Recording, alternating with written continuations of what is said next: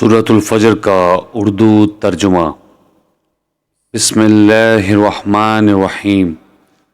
اللہ کے نام سے شروع کرتا ہوں جو بہت رحم کرنے والا نہایت مہربان ہے۔ قسم ہے فجر کی اور 10 راتوں کی اور جفت اور طاق کی اور رات کی جب کہ وہ بیت رہی ہو۔ یقیناً ان چیزوں میں صاحب عقل کے لیے معتبر قسم ہے۔ کیا آپ نے دیکھا نہیں کہ آپ کے رب نے عاد کے ساتھ کیسا سلوک کیا تھا؟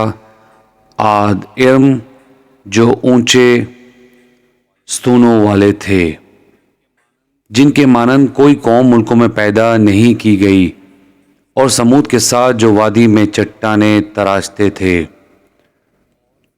اور فرعون میخوں والوں کے ساتھ وہ جنہوں نے شہروں میں سرکشی کی اور ان میں بہت زیادہ فساد پھیلایا۔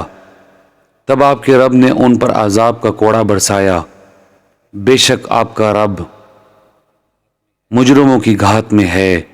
لیکن انسان جو ہے، جب اس کا رب اسے آزمائے اور اسے عزت اور نعمت دے تو وہ کہتا ہے کہ میرے رب نے مجھے عزت بخشی، مگر جب وہ اسے آزمائے اور اس کا رزق اس پر تنگ کر دے تو وہ کہتا ہے کہ میرے رب نے مجھے ذلیل کر دیا۔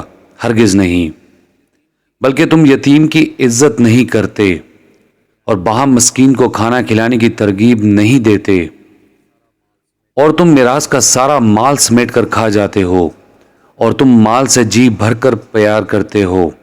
ہرگز نہیں، جب زمین خوب کوٹ کر ہموار کر دی جائے گی اور آپ کا رب اور فرشتے صف در صف آئیں گے، اور اس دن جہنم سامنے لائی جائے گی، اس دن انسان اپنے کرتوت یاد کرے گا، اور یہ یاد کرنا اس کے لیے کیوں کر مفید ہوگا۔